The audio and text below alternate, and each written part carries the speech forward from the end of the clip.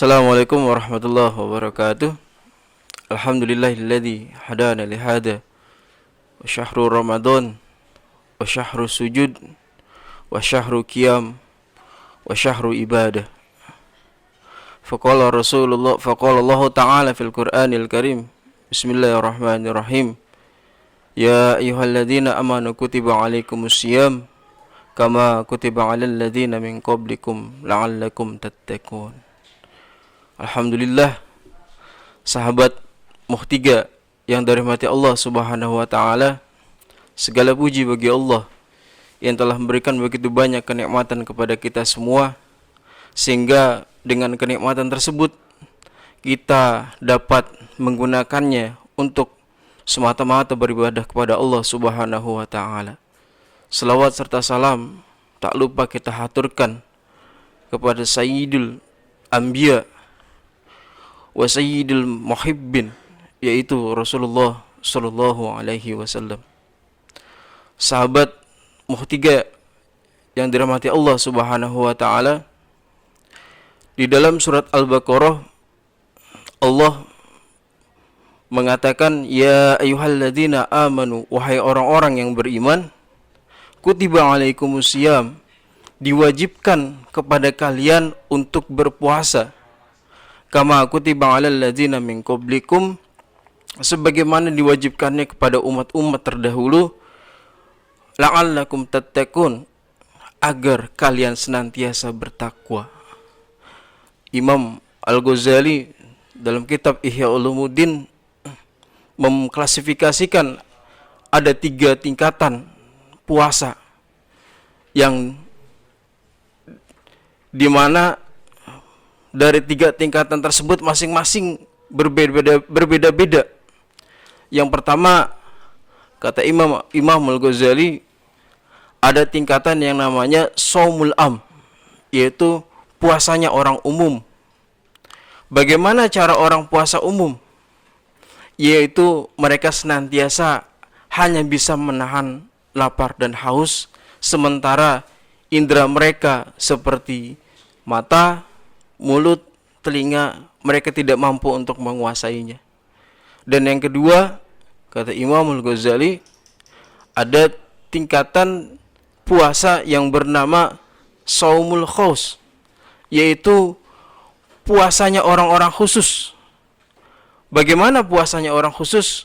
Mereka senantiasa bisa menahan lapar dan haus, serta menahan indera-indera yang mereka miliki, berupa mata, berupa telinga, berupa lisan, ataupun yang lainnya. Dan yang ketiga adalah shaumul khawasil khawas, yaitu orang-orang yang berada dalam tingkatan puasa orang-orang khusus dari yang terkhusus, yaitu mereka orang yang senantiasa dapat menahan lapar dan haus, menahan indera-indera mereka, serta menahan hati mereka dari masuknya sesuatu selain Allah di dalam hati mereka.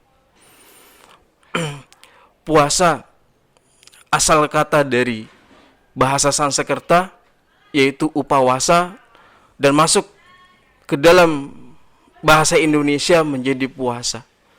Apa arti puasa?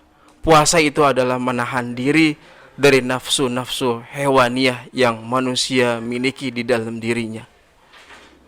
Ada 3 hal yang bisa menaklukkan nafsu yang diajarkan oleh para ulama salafus soleh. Yang pertama, kata mereka dengan cara taklilul ta'am, yaitu menyedikitkan makan. Para ulama salafus soleh mengajarkan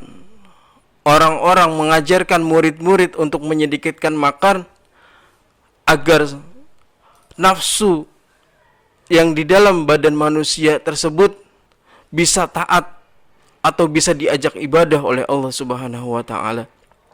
Maka semakin banyak orang yang makan atau makanan yang masuk ke dalam perut seseorang bisa mengefek pada tingginya nafsu seseorang tersebut.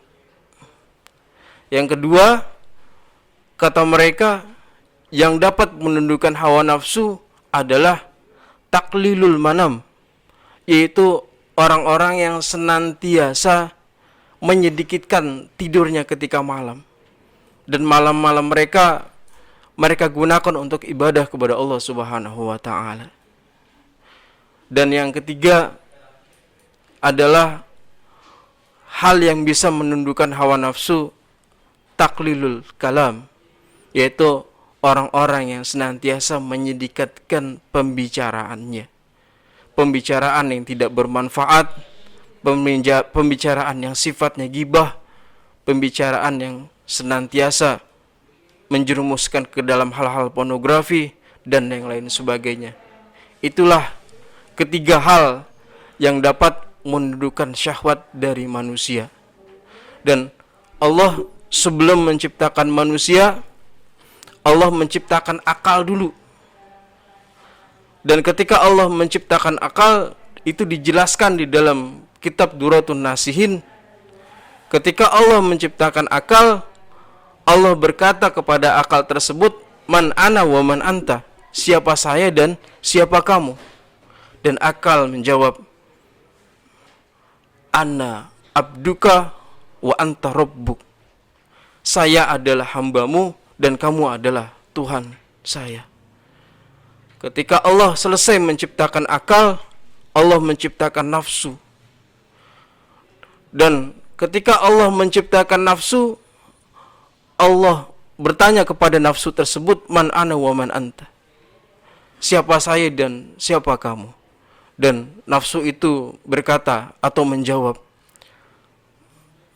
"Ana ya ana, anta ya anta." Saya adalah saya, kamu adalah kamu. Ketika Allah mendengar nafsu itu menjawab dengan seperti itu, lalu Allah memasukkan nafsu itu ke dalam neraka selama 70.000 tahun. Setelah Allah setelah Allah memasukkan nafsu tersebut ke dalam neraka selama 70.000 tahun, Allah kembalikan lagi, keluarkan lagi, dan Allah bertanya lagi kepada nafsu tersebut, "Man ana wa man anta?" Siapa saya dan siapa kamu? Dan nafsu menjawab, "Ana, anta ya anta." Saya ya saya, kamu ya kamu. Lalu Allah memasukkan kembali nafsu tersebut ke dalam neraka selama 20.000 tahun. Tanpa dikasih makan nafsu tersebut dalam neraka. Nah, ketika nafsu tersebut tidak diberikan makan di dalam neraka oleh Allah Subhanahu wa taala, baru nafsu tersebut mengakui, "Ana abduka wa anta rabbuk." Saya adalah hambamu dan kamu adalah Tuhan saya. Apa yang bisa diambil dari pelajaran ini? Orang yang ingin menundukkan nafsu dalam dirinya